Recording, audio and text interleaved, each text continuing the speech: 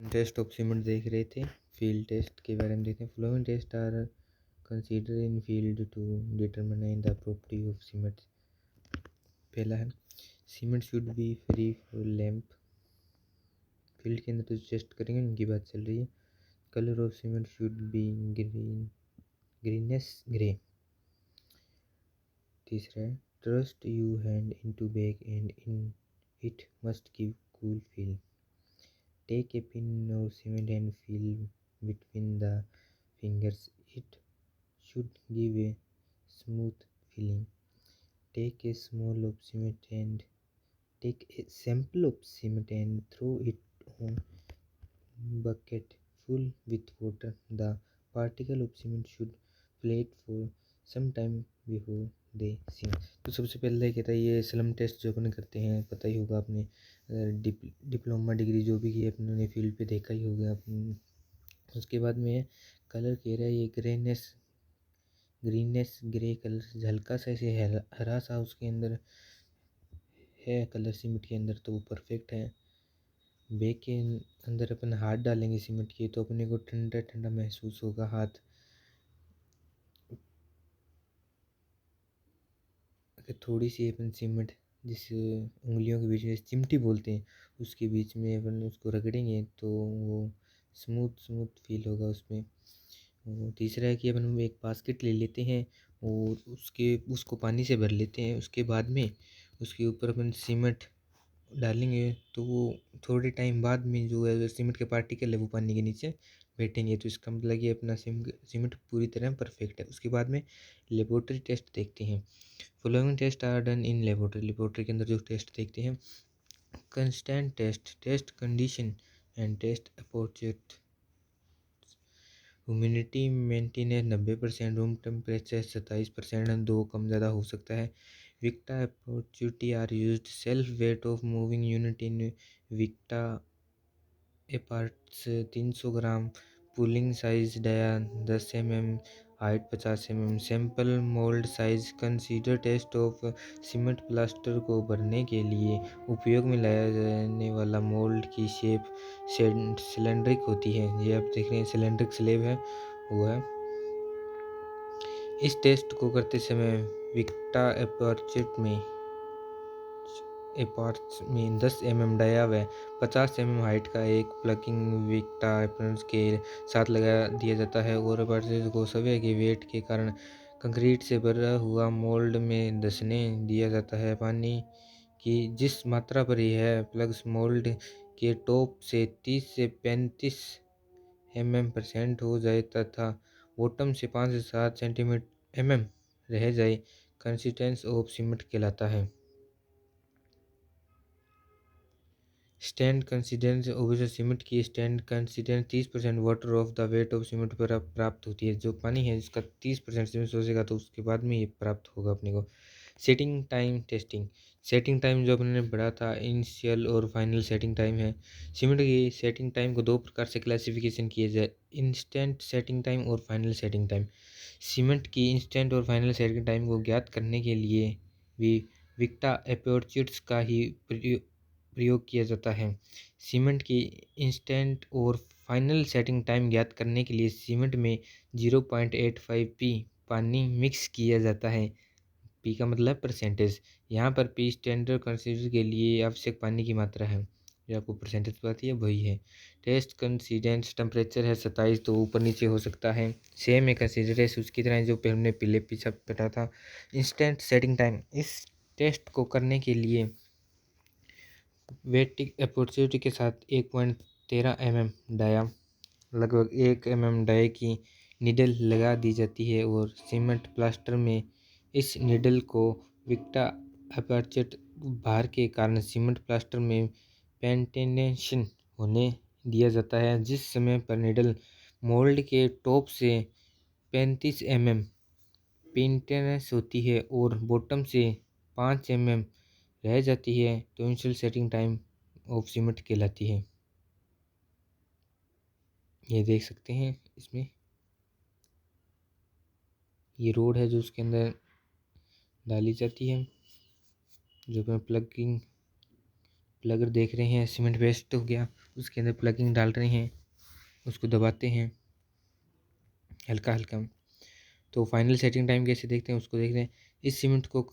इस टेस्ट को करने के लिए भी वेक्टिस एपर्चर्स का उपयोग किया जाता है, और फाइनल सेटिंग टाइम ज्ञात करने के लिए बेकेट बैकेट एपर्चर्स में 5 mm डाई का कॉलर लगाया जाता है।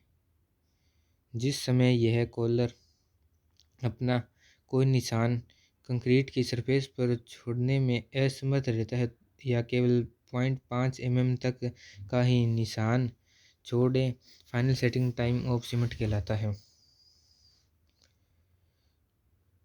इस तरह final setting time of different type of cement और types of cement. Install setting और फाइनल सेटिंग है। क्विक सेटिंग सीमेंट है तो मोर देन 5 मिनट लगेंगे, नॉट मोर देन 30 मिनट है। Final setting time install setting time OP COPPC super RHS super sulphate sulphate hydration ये 30 minute लगेगा, और final setting time में 10 घंटे। वो लो हीट सीमेंट है जिसका इंस्टेंट टाइम है जो 60 मिनट मतलब 1 घंटा, और फाइनल सेटिंग टाइम है जो 10 घंटे। हाई एल्यूमिनियम सीमेंट है मोर देन 4 घंटे, और फाइनल सेटिंग टाइम 5 घंटे।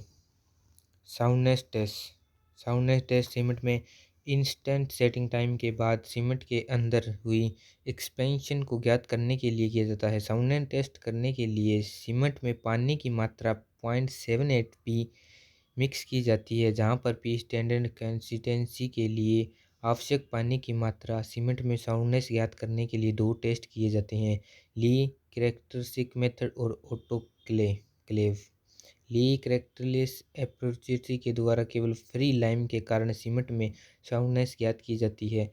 ऑटोक्ले के द्वारा फ्री लाइम और मैग्नीशिया दोनों के कारण सीमेंट में साउंडनेस ज्ञात कर ली जाती है, लेकिन मैग्नीशिया के कारण सीमेंट में साउंडनेस उस कंडीशन में ज्ञात की जाती है जब इसकी मात्रा सीमेंट में 3% से ज़्यादा हो। ली कैरेक्टरिस्टिक एपर्चर जो देख सकते हैं इस तरह का होता है, ये आपने लैब में देखा होगा अगर आपने टेस्ट किया है तो कभी। टेस्ट प्रोसीजर है अनसाउंडनेस टेस्ट की test condition setting time test और कंडिस्टी टेस्ट से अलग होती है। अनसाउंडनेस टेस्ट ज्ञात करने के लिए सबसे पहले सीमेंट में 0.78% वाटर मिक्स करके इसे बने हुए मिक्सचर को ली कैरेक्टरिस्टिक में रखा कर अपोर्चुट को 24 घंटे तक 27 या 32 डिग्री टेम्परेचर में रख दिया जाता है। इसके बाद उन दोनों इंक्लूडेड लेजर्स के माध्यम से इनको डिफरेंसी को माप लिया जाता है। वापस इस अपोर्चुट को पानी में रखकर पानी को बॉइलिंग पॉइंट तक 20 से 25 मिनट तक गर्म किया जाता है, और इस अपॉर्चुनिटी को 3 घंटे तक इसी पानी में रख दिया जाता है, जो इंस्टेंट लेंथ में मध्य आने वाले अंतर को पूर्ण माप लिया जाता है। इन दोनों मेजरमेंट का लिया गया अंतर ही अनसाउंडनेस ऑफ सीमेंट कहलाता है।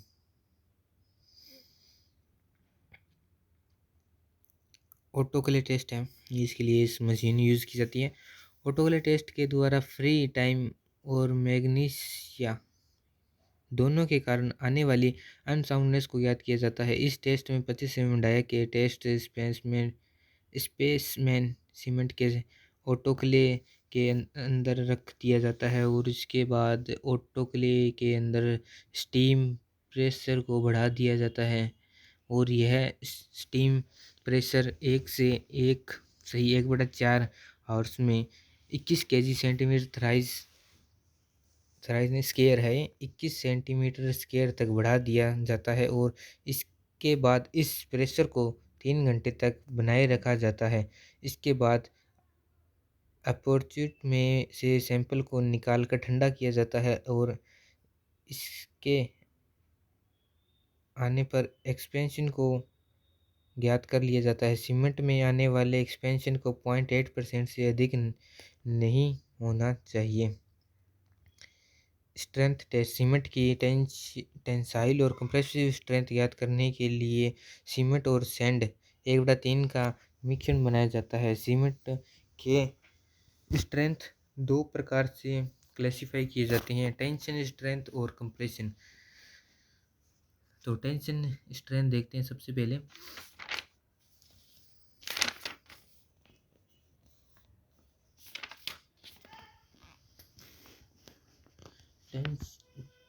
टेस्ट कंडीशन टेम्परेचर 27 डिग्री लगभग सभी का 27 ही होता है। ह्यूमिडिटी 90%।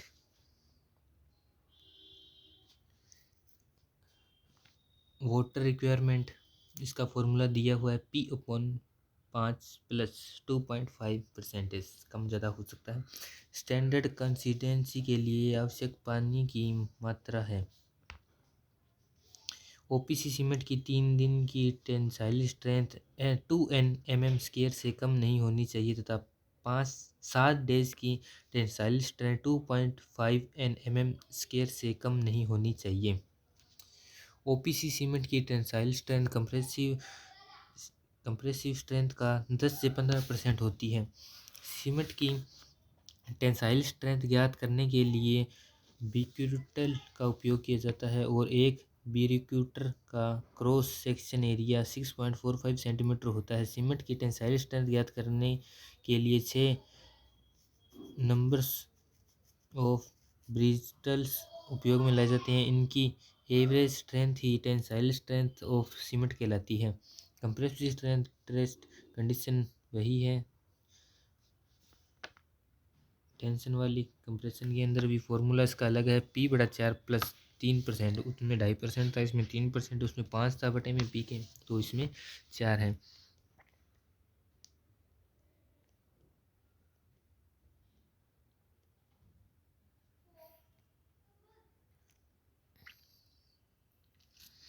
सीमेंट की कंप्रेसिव स्ट्रेंथ ज्ञात करने के लिए 7.06 सेंटीमीटर का क्यूब अर्थात 70.6 mm का क्यूब उपयोग में लाया जाता है, जिसका क्रॉस सेक्शन एरिया 50 सेंटीमीटर² होता है। पीपीसी और ओपीसी सीमेंट की 3 दिन व 7 दिन की कंप्रेसिव स्ट्रेंथ 16 न्यूटन mm² और 22 न्यूटन mm² से कम नहीं होनी चाहिए। सीमेंट का स्ट्रेंथ टेस्ट ज्ञात करने के लिए 185 ग्राम सीमेंट लगभग 200 ग्राम ले लेते हैं और 600 ग्राम सैंड, तो ये रेशो बन जाता है जो अपन ने देखा था 1:3 का रेशो बन जाता है। सीमेंट का स्ट्रेंथ टेस्ट ज्ञात करने के लिए सीमेंट सैंड और वाटर को मिलाया जाता है और इसका मिनिमम मिक्सिंग पीरियड 3 मिनट से कम नहीं होना चाहिए तथा मैक्सिमम मिक्सिंग पीरियड 4 मिनट से अधिक नहीं होना। जब इन दोनों को अपने मिलाते हैं वाटर के साथ तो 3 मिनट से कम टाइम भी नहीं लगना चाहिए और 3 मिनट से ज़्यादा टाइम भी नहीं लगना चाहिए। फिनिश टेस्ट सीमेंट का फिनिश ज्ञात करने के लिए निम्न मेथड उपयोग में लाए जाते हैं। Sieve analysis method, air parabolic method और sentimental method of vacancy meter method. इनके नाम भी बहुत अजीब हैं, देख सकते हो आप। या बोलने में इतनी परेशानी हो रही है तो याद करने में तो होगी। तो इसी का सबसे अच्छा तरीका है भी इनको एक बार अपने पढ़ने के बाद टेस्ट सीरीज इनकी लगाएंगे जिससे कि अपने को याद रहेगा। तो पहला देखते हैं सीवा एनालिसिस मेथड। सीमेंट का फाइनेस सीवेज एनालिसिस मेथड से ज्ञात करने के लिए सीवा नंबर IS 9 की सीवी उपयोग में लाई जाती है तथा मैकेनिकल यूनिट के द्वारा 15 मिनट तक हिलाया जाता है और इसके बाद सीवे पर बची हुई मात्रा निम्न से अधिक नहीं होनी चाहिए। Types of cement OPC, PPC, RHS percentage और रेड्यूस 10% है। OPC का, PPC और RHC का 5%। फिर एयर पेराबिलिटी मेथड, इस मेथड में सीमेंट की फिनिशिंग ज्ञात करने के लिए बेलियन एपोर्चुनिटी का उपयोग किया जाता है और डिफरेंट टाइप ऑफ सीमेंट के लिए स्पेशल सरफेस एरिया निम्नलिखित होता है। इस मेथड में सीमेंट का फिनिशिंग ज्ञात करने के लिए एरिया अपॉन मास का अनुपात उपयोग में लाया जाता है। High aluminium cement of OPC 2250 centimetre square gram per gram का दिए हुए। PPC, RHC, LHC, super sulphate cement, इनका भी देख सकते हैं। ये बढ़ते आगे से आगे जा रहा है। स्पेसिफाई ग्रेविटी टेस्ट, सीमेंट की स्पेसिफाई ग्रेविटी टेस्ट करने के लिए ली करैक्टरिस फ्लैश उपयोग में लाया जाता है। और OPC सीमेंट की ग्रेविटी स्पेसिफाई ग्रेविटी 3.15 होती है।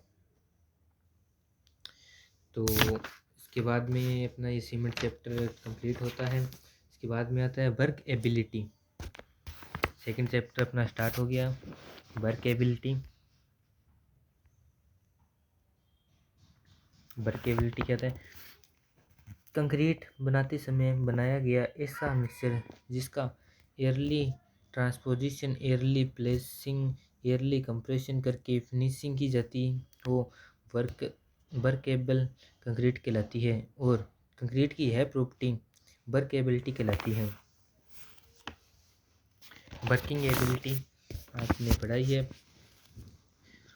समझ आया होगा, नहीं आया तो फिर से देख सकते हैं।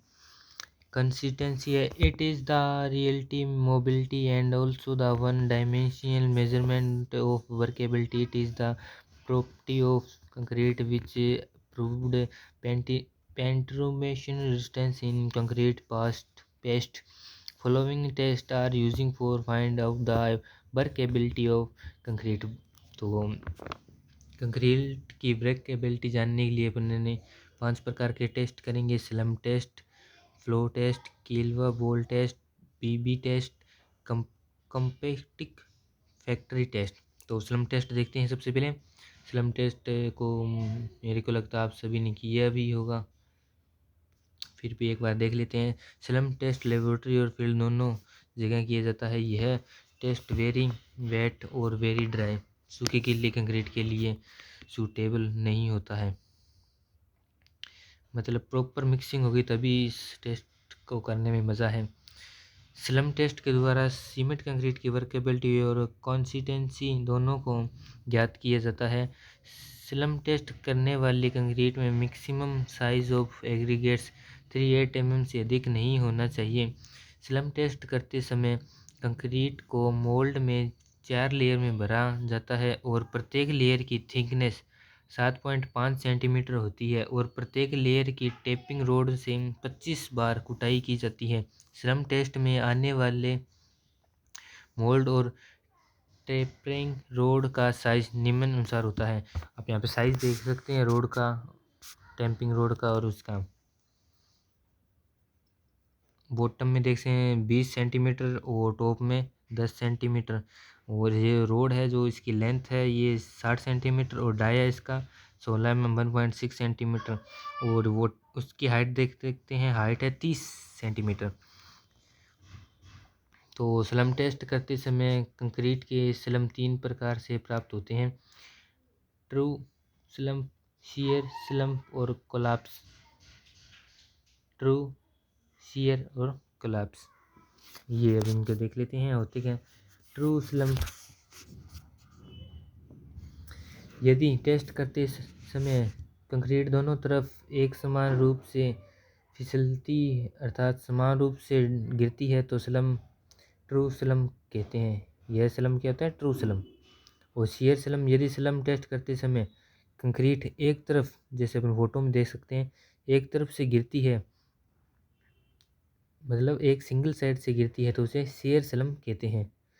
कोलैप्स स्लम, यदि कंक्रीट वेरी हाई वर्केबिलिटी है तो यह कोलैप्स स्लम प्राप्त होता है। मतलब कि ये देखो पूरा गिर गया, आप देख सकते हैं यहाँ पे थोड़ा बहुत ही नीचे इसका पार्ट रहा है तो वो कोलैप्स स्लम कहलाती है।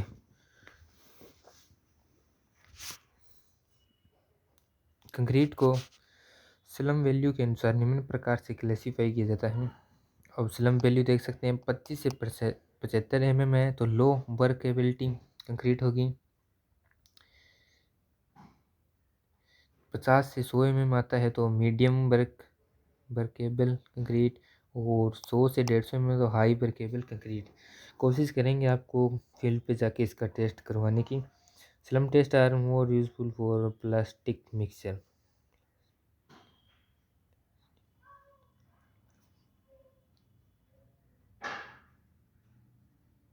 यहाँ पे वैल्यू देख सकते हैं, टाइप ऑफ वर्क और स्लम वैल्यू। अगर अपन रोड का कंस्ट्रक्शन कर रहे हैं तो 20 से 40 mm आएगा, जो चल जाए कंक्रीट रोड का। अगर डैम, ब्रिज, रिटेनिंग वॉल कर रहे हैं 25 से 50 mm आते हैं, तो उसमें अपन मिक्सर को यूज़ कर सकते हैं। बीम और स्लेब के अंदर अगर 50 से 100 mm का आ रहा है तो उसमें यूज़ कर सकते हैं। कॉलम और वॉल है जो नॉर्मल आरसीसी वर्क रहता है, उसमें अपन 80 से 150 mm आता है तो उसमें यूज़ कर सकते हैं। कंपैक्शन फैक्टर टेस्ट, तो यह टेस्ट लेबोरेटरी मेथड की श्रेणी में आता है। यह टेस्ट मुख्यतः लो वर्केबिलिटी कंक्रीट के लिए उपयोग में लाया जाता है और इस टेस्ट में कंक्रीट का कंप्रेशन फैक्टर ज्ञात किया जाता है, जिसके लिए निम्न इंस्ट्रूमेंट उपयोग में लाए जाते हैं और कंप्रेसिव फैक्टर वैल्यू निम्नानुसार ज्ञात की जाती है। Compaction factor, weight of particle compressive concrete, weight of fuel compressive concrete, compact concrete. Compaction factor के अनुसार कंक्रीट की वर्केबिलिटी निम्न प्रकार से क्लासिफाई की जाती है। तो 0.75 से 0.8 वेरी लो, 0.8 से 8 low workable, medium, high workability, stiff plastic और फ्लोविंग। ये कुछ इसके प्लास्टिसिटी के अंदर आगे दिया हुआ है। होपिंग ए, होपिंग बी और होपिंग सी, ये तीनों दिखा रखे हैं, आप इन्हें देख सकते हैं। ये टेस्टिंग की है तो उसके है, ये स्क्रीनशॉट भी ले सकते हैं आप, पीडीएफ से ये टेलीग्राम पे मिल जाएगा।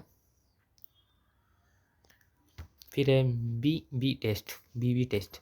यह test very low workability concrete के लिए किया जाता है।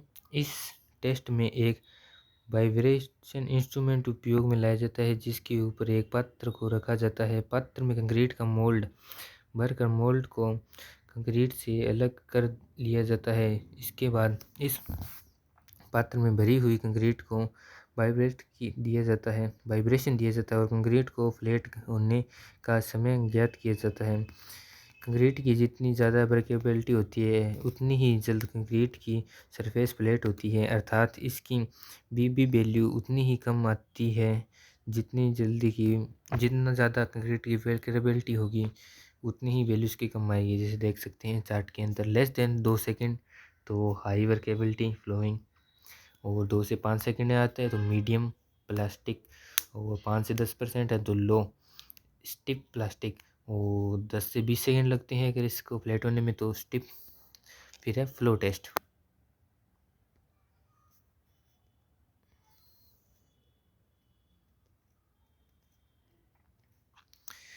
यह लेबोरेटरी टेस्ट की कैटेगरी में आता है। यह टेस्ट के द्वारा सीमेंट कंक्रीट की कंसिस्टेंसी, करेक्टिविटी एंड सेग्रेगेशन प्रॉपर्टी का पता लगाया जाता है। इस टेस्ट को भरने के लिए फ्लो फ्लेट 700 × 700 mm उपयोग में लाया जाता है और इस फ्लो टेबल का वेट 16 kg, 1 kg आगे पीछे मतलब ऊपर नीचे हो सकता है। और कंक्रीट को भरने के लिए काम में लाया गया मोल्ड तथा टेम्परेट रोड का साइज निम्नानुसार होता है। ये मोल्ड का साइज और टेपिड का साइज देख सकते हैं, फिल्म के जैसे ही है लगभग। तो यहाँ पे देख सकते हैं मोल्ड भर देने के बाद इसे हटा लिया जाता है और उसके बाद फ्लो टेबल की प्लेट को अप एंड डाउन किया जाता है और अप एंड डाउन करने की हाइट 12.5 mm होती है और इससे एक बार अप एंड एक बार डाउन करने का समय 2 सेकंड से कम नहीं होना चाहिए तथा 5 सेकंड से अधिक भी नहीं होना चाहिए। प्लेट को 15 बार अप डाउन किया जाता है। इसके बाद स्पेयर हुए कंक्रीट को 6 डायरेक्शन में नियरेस्ट 5 mm तक मेजर किया जाता है तथा फ्लो परसेंटेज निम्न फॉर्मूले से ज्ञात की जाती है। Flow percentage average speed diameter in 6 distance in centimetre -25% into 100 में 25 आ जाएगा। और नोट देख सकते हैं कंस्टेंट फ्लो वैल्यू 0 से 150% के मध्य रहती है। यह एक test very high workability concrete के लिए उपयोग में। अगर अपनों ने कोई काम कर रहे हैं जहाँ पे अपनों को हाई वर्केबिलिटी कंक्रीट चाहिए, तो उसमें अपन इस टेस्ट को करते हैं, जिससे अपने को पता चलता है भी उस कंक्रीट है जो मटेरियल है उसकी वर्केबिलिटी बहुत ज़्यादा है। किलवॉल टेस्ट यह विधि फील्ड मेथड की श्रेणी में आती है और इस मेथड से प्राप्त रिजल्ट स्लम टेस्ट के कंपैरिजन में ज़्यादा एक्यूरेट होते हैं तथा यह मेथड स्लम टेस्ट के कंपैरिजन में ज़्यादा तेज़ी से रिजल्ट देता है। और इस टेस्ट का उपयोग मुख्य सीमेंट की कंसिस्टेंसी ज्ञात करने के लिए उपयोग किया जाता है। यह कंक्रीट की वर्केबिलिटी हाई है तो इस कंक्रीट की स्ट्रेंथ कम होती है तथा कंक्रीट की पेरेबिलिटी और प्रोनेस हाई होती है। यदि कंक्रीट की वर्केबिलिटी लो है तो कंक्रीट की स्ट्रेंथ हाई होती है तथा कंक्रीट की पेरेबिलिटी लो होती है। इसके अंदर ये दे रखा है, ये अपोजिट चलती है दोनों में। Factor effect the workability of concrete. तो क्या फैक्टर इफेक्ट करते हैं वर्केबिलिटी कंक्रीट पे, जो देखते हैं। सबसे पहले water concrete cement ratio. Concrete की वर्केबिलिटी वाटर सीमेंट रेशियो के सीधे समानुपाती होती है।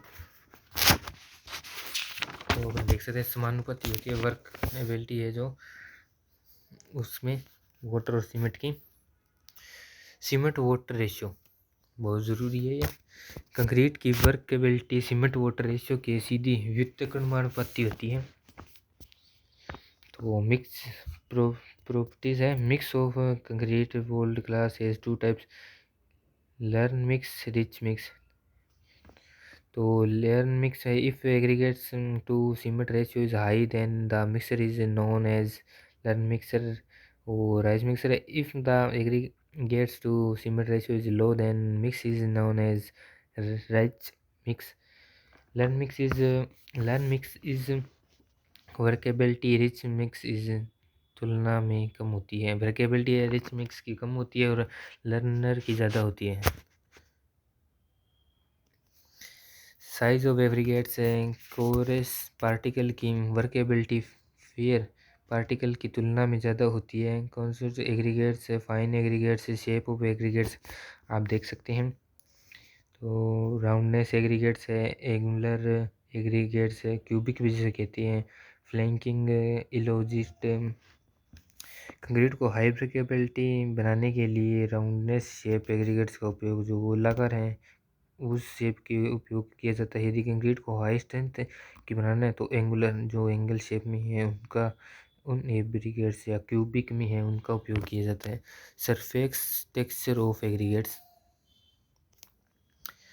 According to surface texture the aggregates are classified in two types, rough surface texture, smooth rough करदरा भी कह सकते हैं, स्मूथ सॉफ्ट कोमल। यदि हाई वर्केबिलिटी कंक्रीट प्रदान प्राप्त करनी है तो स्मूथ सरफेस टेक्सचर एग्रीगेट उपयोग में लाया जाता है क्योंकि इनका surface area router surface aggregates की तुलना में कम होता है। यदि हाई स्ट्रेंथ कंक्रीट प्रदान प्राप्त करनी है तो राउटर सरफेस टेक्सचर एग्रीगेट उपयोग में लाया जाता है क्योंकि इनका सरफेस एरिया स्मूथ एग्रीगेट्स के कंपैरिजन में ज़्यादा होता है। Smooth surface area high workability देता है और लो स्ट्रेंथ देता है। और जो राउटर सरफेस है वो है लार्ज सरफेस एरिया होता है उसका लो वर्केबिलिटी है लेकिन हाई स्ट्रेंथ होती है। समरी है जो देख सकते हैं सरफेस एरिया नॉन समानुपाती है ये असमानुपाती 1/, साइज ऑफ एग्रीगेट्स और surface area surface roughness workability 1/, surface area strength of concrete and surface area. Grading of aggregates well grading aggregates की वर्केबिलिटी हाई होती है जबकि पोलर गार्डेंस एग्रीगेट्स की वर्केबिलिटी कम होती है। Workability of concrete gradedness of aggregates strength of concrete gradedness of aggregates ये इतना इंपॉर्टेंट नहीं है। पोरोसिटी ऑफ एग्रीगेट्स यदि कंक्रीट में हाई पोरोस एग्रीगेट्स उपयोग में लाए जाते हैं तो कंक्रीट की वर्केबिलिटी रिड्यूस हो जाती है। यदि लो पोरोसिटी वाले एग्रीगेट्स उपयोग में लाए जाते हैं तो कंक्रीट की वर्केबिलिटी इंक्रीज हो जाती है। टाइम कंक्रीट को प्लेसिंग मिक्सिंग करने के बाद जैसे जैसे टाइम बढ़ता है कंक्रीट की वर्केबिलिटी रिड्यूस होती चालू हो जाती है क्योंकि कंक्रीट में इंस्टेंट सेटिंग आरंभ हो जाती है। टेम्परेचर भी बहुत ज़रूरी है। कंक्रीट की वर्केबिलिटी जैसे जैसे टेम्परेचर इंक्रीज़ किया जाता है वैसे वैसे डिक्रीज़ होती जाती है, क्योंकि पानी का वाष्पीकरण होने प्रारंभ हो जाता है, जिसके कारण जो अपना मिक्सचर है उसमें से पानी का उड़ जाएगा, तो वो उसकी सेटिंग टाइम है वो स्टार्ट हो जाएगी, उसी वजह से भी हो सकता है। एड मिक्सचर कंक्रीट की वर्केबिलिटी को इंक्रीज करने के लिए कंक्रीट में विशेष प्रकार के केमिकल मिलाए जाते हैं जिन्हें एड मिक्सचर कहते हैं, जो कंक्रीट में कम पानी की मात्रा पर भी हाई वर्केबिलिटी प्रदान कर सकते हैं। इसमें से एड मिक्सचर है, इसमें से आप देख सकते हैं हर कंपटीशन है उसमें से 2 या 3 क्वेश्चन इसमें से एड मिक्सचर के पूछे ही जाते हैं। तो वर्केबिलिटी समरी आप इसमें से देख सकते हैं, ये फॉर्मूलाज ये समरी है वो भी एग्ज़ाम में कभी कभी पूछ ली जाती है। ये जो अपने टेस्ट पढ़े हैं उनकी कुछ है।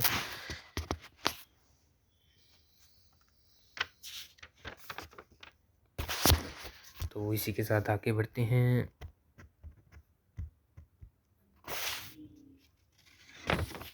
तो यहाँ पे है, पे देख सकते हो आप, ये पीडीएफ सही नहीं बना हुआ।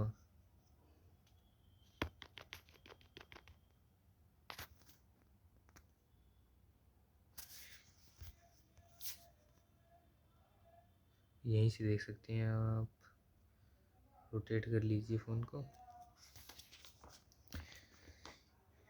सेग्रीगेशन कंक्रीट को मिक्स कर देने के बाद प्लेसिंग करते समय पेयर लार्ज प्लेस का स्मॉल पार्टिकल से अलगाव सेग्रीगेशन कहलाता है। फिर से बताते हैं, कंक्रीट को मिक्स कर देने के बाद प्लेसिंग करते समय लार्ज पार्टिकल्स का स्मॉल पार्टिकल से अलगाव सीग्रेशन कहलाता है। कंक्रीट में सीग्रेशन निम्न कारणों से होती है: not proper position of concrete condition, not proper hardening of concrete at the time of transport and placing, at the time of placing if free fall high extent 1.5 metre से अगर ज़्यादा है तो, not proper crushing force between concrete constructs, prevention of separation in concrete, prevention property of concrete construction, proper handling of concrete at the time of transition and placing, at the time of placing if free fall height does not exist in dead meter, proper addition from between concrete condition, use of pozzolanic material, use of air extend airs in concrete, blending concrete की फाइनिशिंग करते समय यदि water का concrete से लगाव हो जाए तो यह पानी कंक्रीट की टॉप सरफेस पर आकर इकट्ठा हो जाता है। कंक्रीट में यह दोष ब्लेंडिंग कहलाता है। Provision of blending in concrete, use of pozzolan material, use of air exchange, use of rich mixture, uniform mixing of concrete, proper provision of concrete mixing, process of manufacturing of concrete. तो उसके बाद में concrete की जो manufacturing वो कैसी होती है: batching, mixing, transaction, blessing, compression, tracing, curing, इस तरह से होती है। तो सबसे पहले बेचिंग, कंक्रीट बनाते समय सबसे पहला स्टेप बेचिंग होता है, और इसमें कंक्रीट में काम आने वाले मटेरियल को इस मोड में मेजरमेंट किया जाता है कि इसके अलावा कंक्रीट की बेचिंग दो प्रकार से की जाती है, वॉल्यूम बेचिंग और वेट बेचिंग। नॉर्मल मिक्सचर है M5 से M25 है, और उसके बाद में वेट मिक्सिंग है बाहर के अनुसार, वो डिज़ाइन मिक्सिंग के अंदर आ जाती है। Note, weight mixing is more accuracy in compare to volume batching. Mixing of concrete second step देख सकते हैं, ये भी दो विधियों से होता है, हैंड मिक्सिंग और मशीन मिक्सिंग के। अगर हैंड मिक्सिंग करते हैं तो 10% अपने को एक्स्ट्रा सीमेंट जो डालनी पड़ती है, और मिक्सिंग मशीन के द्वारा मिक्सिंग करते हैं तो उसमें अपन प्रॉपर डाल सकते हैं। फिर है ट्रांजिट, तीसरे नंबर पे आप देख सकते हैं ट्रांसपोजिशन, तो इसका भी है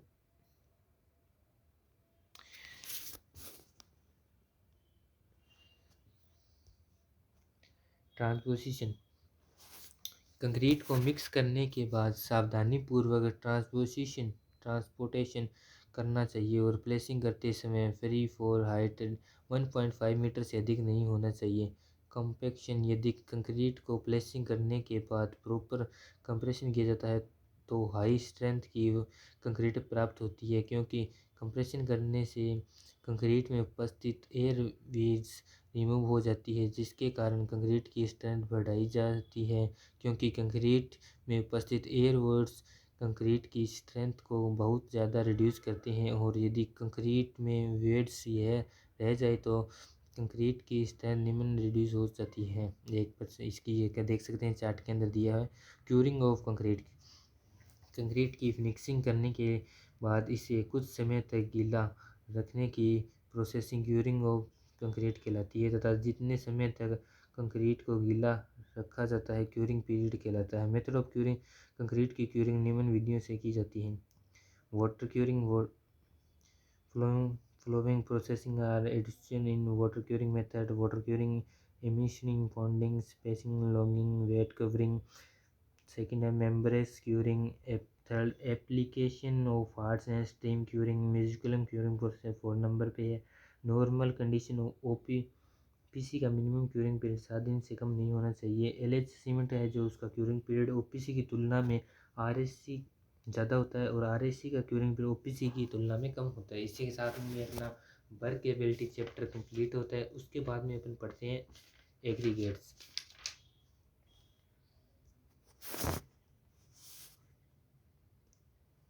तो तीसरा चैप्टर अपना एग्रीगेट स्टार्ट होता है। Classification of aggregates according to source, ये अपन नेक्स्ट वीडियो में करेंगे।